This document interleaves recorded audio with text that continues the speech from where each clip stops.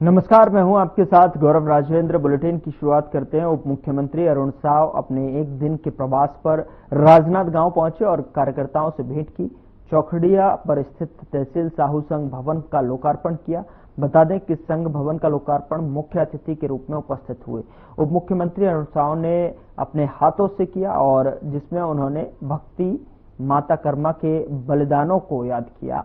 और इस कार्यक्रम में विशिष्ट अतिथियों के रूप में सांसद संतोष पांडे, मधुसूदन यादव, कोमल सिंह राजपूत और कई विशिष्ट अतिथि कार्यक्रम में शामिल हुए।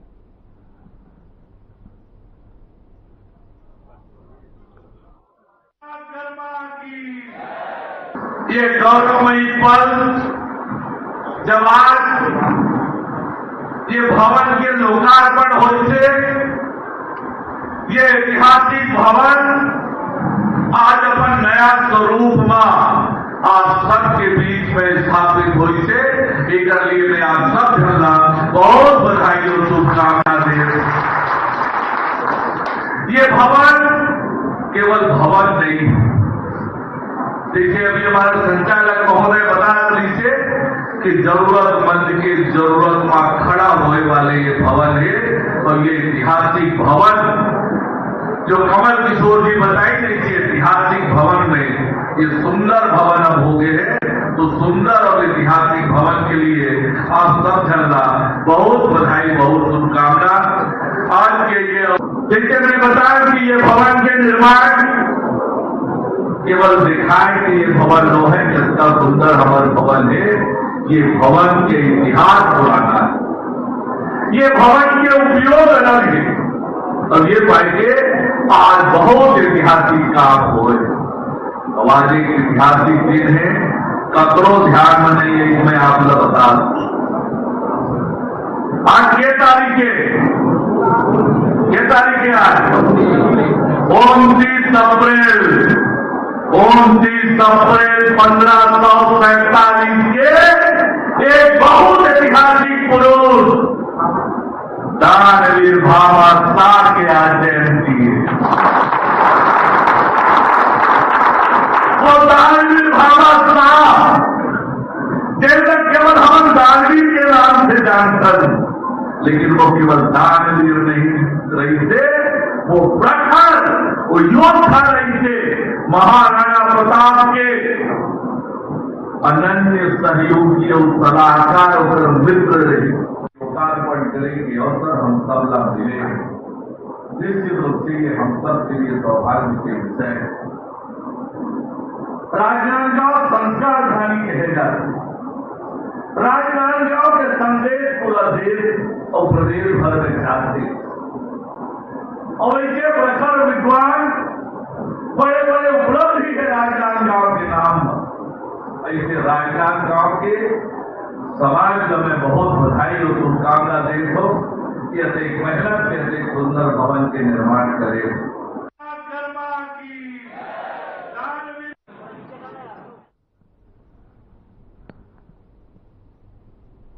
धमतरी के सियादेही गांव के आश्रित ग्राम मोहलई से 50 से ज्यादा ग्रामीण महिला पुरुष सोमवार को कलेक्ट्रेट जनदर्शन में पेयजल संकट को लेकर एक बार फिर पहुंचे। बता दें कि ग्रामीण महिला ने बताया कि उनके गांव की आबादी लगभग 500 के करीब है, जहां पर 30 से ज्यादा हैंडपंप सूख चुके हैं। वहीं जल जीवन मिशन के तहत में लगा पंप भी फेल हुए लगभग 2 महीने बीत चुके हैं। ऐसे में उन्हें निस्तारी पेयजल के लिए भयंकर समस्या का सामना करना पड़ रहा है। ग्रामीणों ने बताया ग्राम पंचायत सभी ग्रामीण मिलकर चंदा करके अब 3000 रुपए प्रति टैंकर के रोजाना पानी मंगवा रहे हैं। और आपको बता दें कि पंचायत का फंड भी नहीं बचा है, जिससे कि उनके सामने अब विकट परिस्थिति आ चुकी है।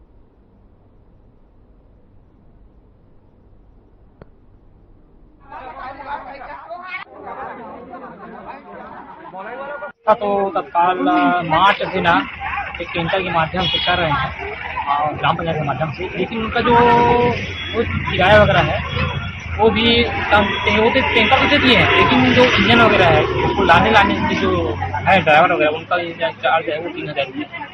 तो उनको आधा वो दे रहे हैं पंचायत और आधा हम गाँव वाले पैसेंजर, उनसे भी हम लोगों नहीं हो रहा है। 2 महीना होने वाला है, लाख कहाँ से हो जाएगा।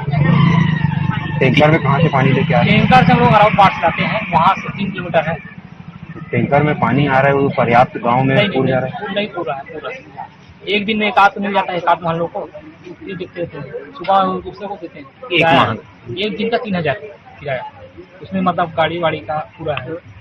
पानी का भी कोई पैसा ले दिया जाता है? हाँ उनका भी पानी का ले रहा है। नहीं, जहाँ से पानी लेके आते हैं वहाँ भी कुछ पैसा चुकाते हैं? बिल्कुल उनका भी दूर है। वो प्राइवेट बोर से ला रहे हैं कि शासकीय? प्राइवेट है। आपके गाँव में कितना हैंड पंप? हैंड पंप तो 30-40 है, लेकिन पूरा बंद है। और जल जीवन मिशन के तहत एक बोर है, वो भी बंद हो गया। अभी हाल में बोर वहाँ और किया गया नहीं? अभी नहीं, साल तो हुआ नहीं। जल जगार के समय हुआ, लेकिन 200-300 फीट था। उसके बाद क्या हुआ, थोड़ा सा पानी निकला और उसके बाद वो उसका मशीन खराब है करके वो चले गए। उसके बाद वो लोग फट गए, 200-300 फट था ना, उसके बाद नीचे में तो पानी चले गए, वहाँ से हो जाएगा। निस्तारी के लिए तालाब कितना है? निस्तारी के लिए एक ही तालाब है, वो भी ना पशुओं के लिए पीने के लिए हो रहा है, निस्तारी नहाने के लिए एक ही है बस। आगे आप लोग क्या करेंगे इस मामले में? अब आगे तो है, या तो गाँव छोड़ना पड़ेगा या तो गाँव छोड़ना ही पड़ेगा। क्या करेंगे, नहीं पाएंगे। कितना साल हो गया ये समस्या? जो पानी की समस्या है 3-4 साल ज़्यादा रह रहा है। लगभग कितने फुट में पानी अभी उपलब्ध होगा वहाँ पे? अभी तो 6-7 फुट वो भी नहीं। 5 साल से कंटिन्यू यहाँ आ ही रहे हो? बिल्कुल, हम लोग ना अभी 3-4 साल लगातार आ रहे हैं। अभी क्या व्यवस्था आप लोग चाहते हो? वैकल्पिक हम की लोग शासन करे? वैकल्पिक के लिए चाहते हैं कि 2 टैंकर और ट्रैक्टर अगर भेज दे तो अच्छा होगा, क्योंकि हम लोग पूर्ति नहीं कर पा रहे हैं। इतना किराया भाड़ा उनका तो हम लोग हमसे नहीं हो रहा है। सरकार से चाहते हैं ट्रैक्टर मोड़ा हो पाता है कि सरकार 2 ट्रैक्टर और 2 टैंकर के माध्यम से वहाँ पानी की स्थायी समाधान हो, इसके लिए क्या? इसके लिए हम लोग जो स्थायी समाधान के लिए पानी के लिए गंगरेल बांध चाहते हैं। गंगरेल बांध से पाइप ले जाएं और उनको माध्यम से ही मुआवजा दिया जाए। एक तो एक गांव को फायदा होगा, साथ ही वहाँ एकलव्य आदर्श विश्वविद्यालय है, वहाँ 300 छात्र सदैव पढ़ते हैं और पानी के अर्जी उनको छुट्टी दे दी जाता है, तो इनसे दोनों को हो जाएगा भाई। और वहाँ भी आसपास हमारे गाँव मोहल्ले के साथ और वहाँ चाहते हैं कि पाइप के माध्यम से ले जाएगा, क्योंकि यहाँ देखो गंगरेल से पानी दूर गंगरेल तक जाता है और एक हमारा वो तीर है 10 किलोमीटर तक पर नहीं होगा, उनको निगम से आगे बार वो सब इंडस्ट में हो जाएगा। पानी पीने के लिए पानी की समस्या आ जाता है। की दिक्कत हो रही है, कैसे आपूर्ति की जा रही है? पूर्ति बहाना टैंकर से दे रहा है पानी। अभी एक ही टाइम देते टैंकर में पानी आता, एक ही टाइम देते 3-4 डब्बा ही देते पानी, और कभी कभी पानी ही नहीं मिले ना था, 2 टाइम 3 टाइम इस्तेमाल करने पड़ते पानी, खाना बनाने के लिए, पीने के लिए। अब आज एक कहीं भी पानी नहीं आया आज टैंकर में, तो हम लोगों को ना भी फिलहाल के लिए ना कुछ कम 2 टैंकर चाहिए हम लोगों को पानी के लिए, गाँव के निस्तारी के लिए, पीने के लिए। गांव की कुल आबादी कितनी है? 500 आबादी में एक टैंकर में पर्याप्त पानी हो जाता है? नहीं होता सर, क्या करें, किसी को पानी मिलता है, किसी को नहीं मिलता है पानी। बाहर काम में भी काम करने जा नहीं सकते सर, कभी देरी से आते, कभी जल्दी आ जाते टैंकर है, उस वजह से ना पानी भर नहीं पाते हैं, कभी भर पाते हैं, तो कभी ऐसे होते हैं कि काम करने के लिए भी नहीं चाह पाते पानी की वजह से। पानी का पैसा आप लोग से लिया जा रहा है? हाँ, हम लोग देते हैं आधा पैसा पंचायत से देते हैं। कितना रुपया? कुछ कम, एक घर से 100 रुपया लेते हैं पैसा रोज के। रोजीना के नहीं सर, रोजीना के हर दिन के, एक दिन के 3000 है टैंकर का किराया है। इसमें सरपंच क्या कर रहे हैं आपके, क्या कहना है उनका? उनका कहना है वो भी थक चुके हैं सर, बहुत ज्यादा तकलीफ 3,000 दे रहे हैं, तो दोनों साइड से वो है सर पैसा, हम लोगों की तरफ से भी जा रहा है, उन लोगों की तरफ से भी आ रहा है। शासन से क्या मांग करते हो? हम लोग शासन से मांग कर रहे हैं अभी फिलहाल के लिए, हम लोगों को ना फिलहाल के लिए अभी 2 टैंकर चाहिए, उसके बाद ना हम लोगों को गंगरेल से ही पानी चाहिए। मिले तो लोग बोले कि खेती विभाग से बात करेंगे, ऐसी करके बोले खेती विभाग से बात करेंगे, फिर 200-250 की फंड दिया, उसके बाद छोड़ के आ जाएगा, थोड़ा बहुत निकलेगा, उसके बाद फिर सूख जाएगा। वही हो रहा है, हर साल वही हो रहा है, 3-4 साल हो गए वैसे ही हो रहा है।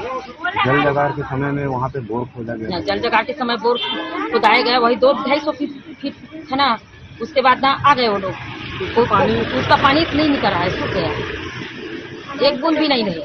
जल जगार का कुछ फायदा आप लोग को हुआ? कुछ नहीं हुआ, फायदा एक भी नहीं हुआ।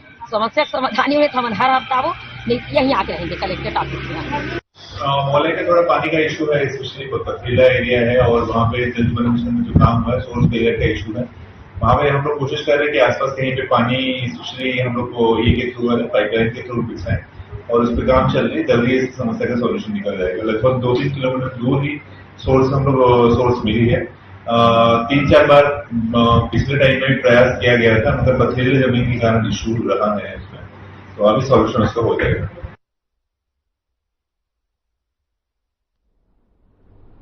राजनांदगांव के सतनाम भवन में 16 जोड़ों का विवाह संपन्न कराया गया, जिसमें 15 जोड़े हिंदू रीति रिवाज से और एक जोड़ा बौद्ध समाज के रीति रिवाज से बंधन में बंधा।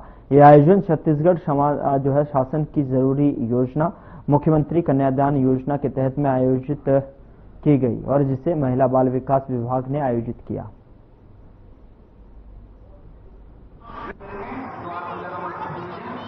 जी, आज राजनांदगांव शहर में सतनाम भवन में कुल 16 जोड़ों का सामूहिक विवाह का आयोजन किया गया था, जिसमें 15 हिंदू जोड़ों को हिंदू विवाह रीति से कराया गया विवाह और एक जोड़ा था वो बौद्ध रीति से विवाह हुआ।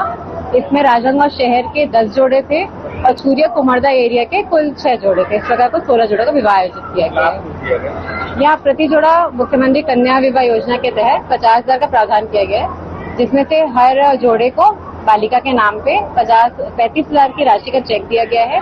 इन्हें श्रृंगार सामग्री पूरी दी गई है, वैवाहिक जोड़ा दिया गया है, चांदी का मंगलसूत्र, बिछिया और घड़ी, कपल वॉच दिया गया है और बाकी आयोजन व्यवस्था में खर्च किया। जी, यहाँ पे भोजन व्यवस्था भी की गई है। सुबह जो आए थे जोड़े उनके लिए नाश्ते की भी व्यवस्था की गई थी और मंदिर प्यारेलाल चौक मंदिर से लेके बैंड बाजों के साथ, पटाखों के साथ हमने बारात भी निकाली थी। तत्पश्चात से विवाह रीति उससे संपन्न की गई है। रीना ठाकुर, परियोजना अधिकारी, महिला बाल विकास विभाग, राजनांदगांव शहर। हम लोग को ना आंगनबाड़ी मैडम से ना पता चला कि यहाँ शादी होने वाला है प्रधानमंत्री द्वारा, तो वही बताया तो यहाँ पे आए, पंजीयन करवाए, फिर शादी के लाभ वाभ भी मिला बहुत सारा, मतलब सामान वगैरह भी दिए, पैसे दिए, सब चीज का लाभ मिला। घर से मतलब खर्चा करते वो खर्चा ना बच गया। ये होना चाहिए। हाँ, होना चाहिए ना, बहुत सारे फायदे मिलते हैं, ऐसा सब जगह होना चाहिए, का फायदा उठाएंगे। सामूहिक विवाह बहुत अच्छा है, सामूहिक विवाह अच्छा है, खाना पीना भी अच्छा है, सब चीज अच्छा है। ऐसा होना चाहिए शादी। हाँ, होना चाहिए, हर शहर में होना चाहिए। क्या फायदा है? बहुत चीज फायदा है। अब रीति रिवाज से हुआ शादी। हाँ, रीति रिवाज से हुआ शादी। रायपुर के बीजेपी कार्यालय एकात्म परिसर में बीजेपी प्रदेश अध्यक्ष ने प्रेस कॉन्फ्रेंस की, जिसमें उन्होंने कई अहम मुद्दों पर जानकारी साझा की। उन्होंने क्या कुछ कहा, आप भी सुनिए। आज के बहुत बड़ा विषय नहीं है, लेकिन आज की इस प्रेस वार्ता में मैं आप सभी का बहुत बहुत स्वागत करता हूं। आप सभी का बहुत बहुत हमारे प्रिंट और इलेक्ट्रॉनिक मीडिया के सभी पत्रकार बंधुओं का, बहनों का अभिनंदन करता हूं। एक जानकारी आप सभी के बीच साझा करने के लिए मैं आज की इस प्रेस वार्ता में आप सभी के समक्ष उपस्थित हुआ हूं। हम सभी को मालूम है कि पिछले दिनों और हमारे वक्फ बोर्ड के सुधार की दृष्टि से लोकसभा में और राज्यसभा में आदरणीय प्रधानमंत्री मोदी जी की जो मंशा थी, वर्षों पुराना यह अधिनियम, इसके अंतर्गत विसंगतियां हैं, उन विसंगतियों को दूर करने की दृष्टि से और जिस कारणों से वक्फ बोर्ड या वक्फ बिल जो बनाया गया था वर्षों पुराना, उसमें किस तरीके से और संशोधित करके, परिष्कृत करके और उसका लाभ सभी को, समाज के लोगों को मिले, मुस्लिम समाज के लोगों को। तो भारतीय जनता पार्टी ने हमारे इसके वक्फ सुधार एक जन जागरण योजना के अंतर्गत और पूरे प्रांत में 1 से लेकर 10 तारीख तक विभिन्न आयामों पर यह कार्यक्रम तय होने, और जिसके तहत 1 तारीख को जहां पर हमारे केंद्रीय मंत्री जितेंद्र सिंह जी और एक तरीके से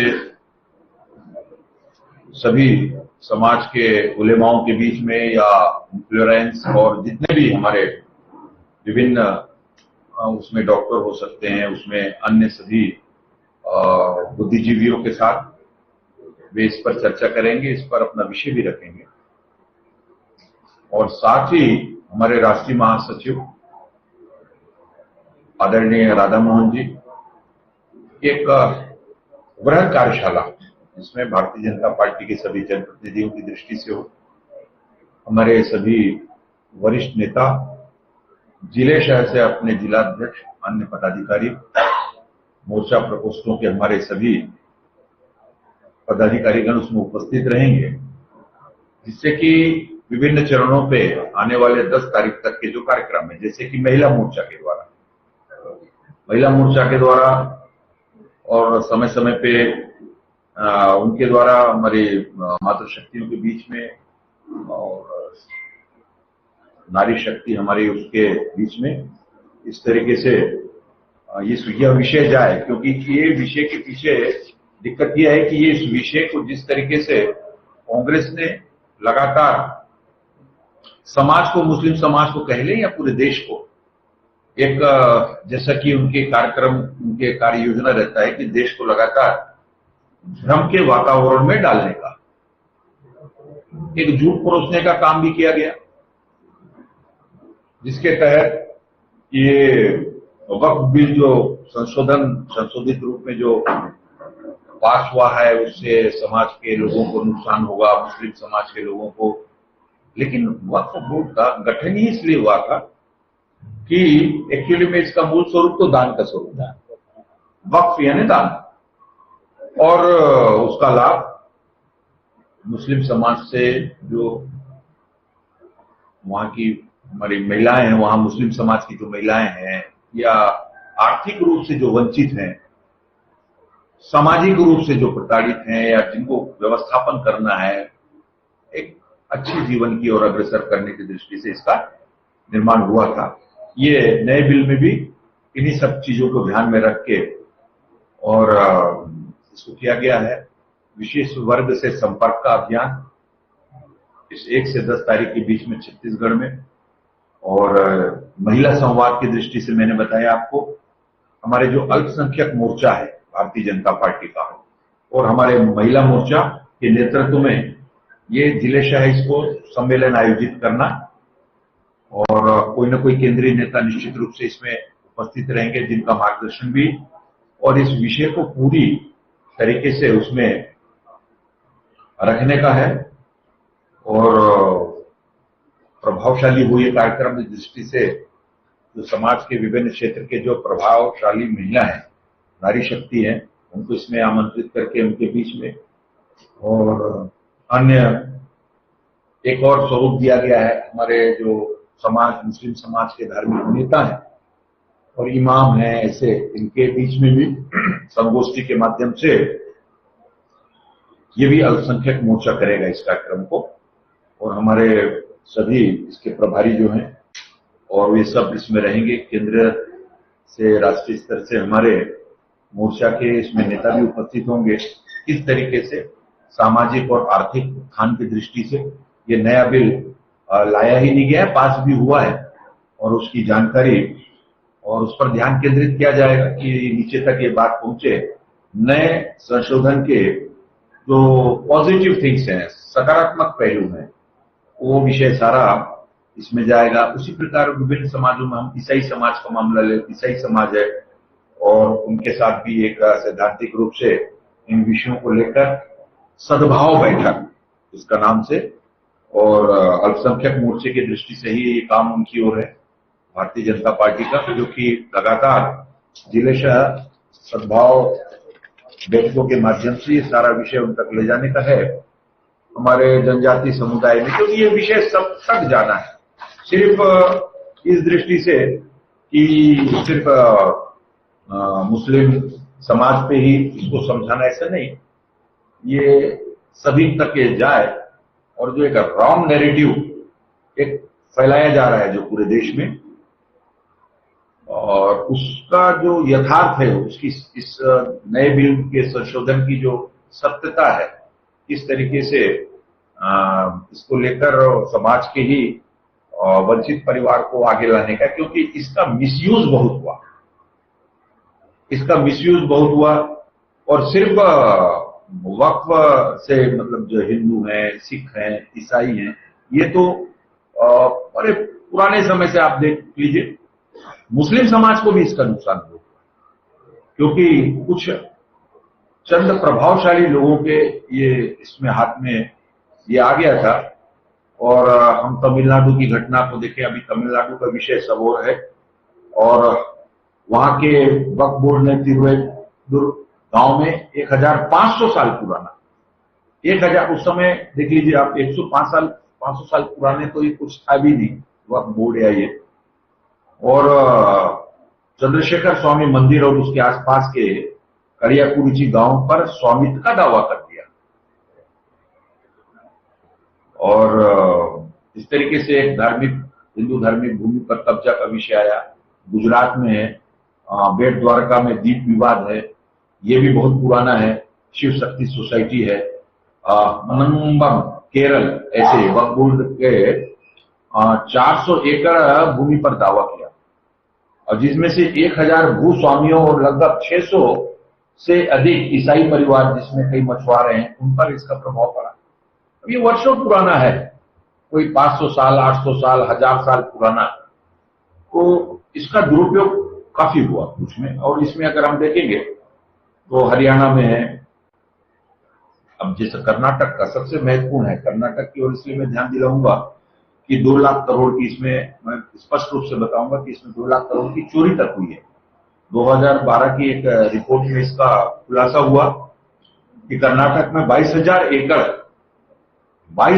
एकड़ वक्फ भूमि को अवैध रूप से बेच दिया गया। अब ये रिपोर्ट आई तो बहुत नाम मात्र कीमत पर या तो लीज में दे दिया गया अपने अपने लोगों को। इस घोटाले में और हिंदू राजनेताओं, भू माफियाओं और वक्फ अधिकारियों को इसका फायदा हुआ, जबकि जिनके लिए ये बना हुआ है, गरीब मुसलमान परिवार के, किसी को भी इससे किसी भी प्रकार का लाभ नहीं हुआ। कर्नाटक में जब वक्फ बोर्ड में घोटाले की बात होती है तो कई कांग्रेस नेताओं और अधिकारियों के नाम इसमें सामने आए। कांग्रेस के राष्ट्रीय अध्यक्ष वर्तमान में मल्लिकार्जुन खड़गे, पूर्व सांसद धर्म सिंह नरसिंह राव, सूर्यवंशी विधायक। इस तरीके से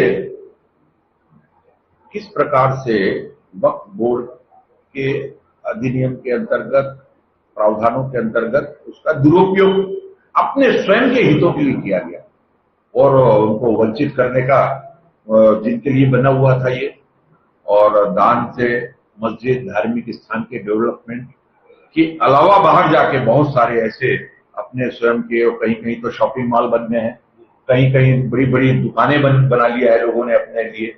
और अब ये स्थिति आ जाती है कि फिर जब इसके दुरुपयोग की बात करते हैं तो ये 1500, 1000, 800 साल पुराने ऐसे अन्य स्थानों को और अब उसमें लाने का, और जो वास्तव में ऐसे लोगों ने इन भूमि को हड़पने का काम किया है या उसका नाजायज फायदा उठाया है, अब उनको भी अभी वर्तमान में वक्फ बोर्ड के माध्यम से और उसकी पूरी जांच परख करके, और इसमें कलेक्टर लेवल के अधिकारी या उससे ऊपर के लेवल के अधिकारी के माध्यम से नोटिस वगैरह की प्रक्रिया करके उस तरीके से आप सभी के समक्ष आज मैंने ये विषय रखा है कि भारतीय जनता पार्टी और 1 से 10 के बीच हमारे सभी जिले स्तर पर, प्रांत स्तर पर और विभिन्न समाजों को लेकर उनके बीच में हमारे अल्पसंख्यक मोर्चा हो या हमारे महिला मोर्चा विशेषकर लेकर इस पर संगोष्ठी कार्यक्रम और इसका जन सुधार की दृष्टि से, जन जागरण की दृष्टि से ये बातें नीचे तक ले जाने के लिए पूरे 10 दिनों का ये अभियान भारतीय जनता पार्टी और करने जा रही है। मेरी ओर से इतना ही विषय था और कुछ नहीं बना।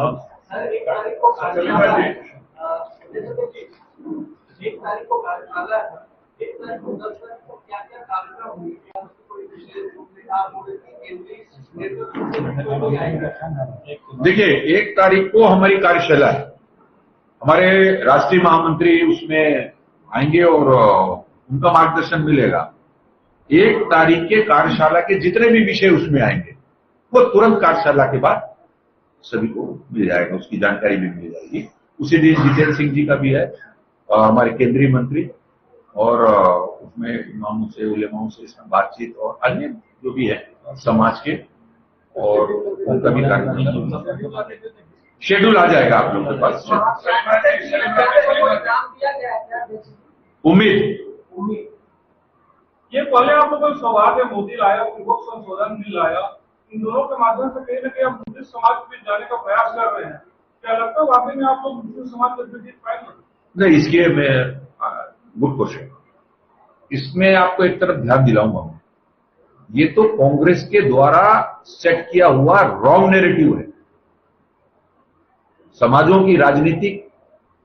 की राजनीति से लाभ लेने का काम वर्षों से कांग्रेस कर रही है। मैं उसका उदाहरण दे देता हूं आपके सामने। हमारे आदरणीय प्रधानमंत्री जी की कल्याणकारी योजनाएं देख लीजिए। कौन समाज वंचित है उससे? सभी समाजों के बीच, सभी धर्म, सभी को उसका लाभ मिल रहा है। प्रधानमंत्री आवास की योजना का आप पता कर लीजिए आप। इसलिए इसके पीछे जो विसंगतियां थी, और ये क्या है, ये तो मुस्लिम समाज में मुख्य रूप से जो वहां की महिलाएं हैं, बच्चे हैं। फिलहाल बुलेटिन में इतना ही। नमस्कार।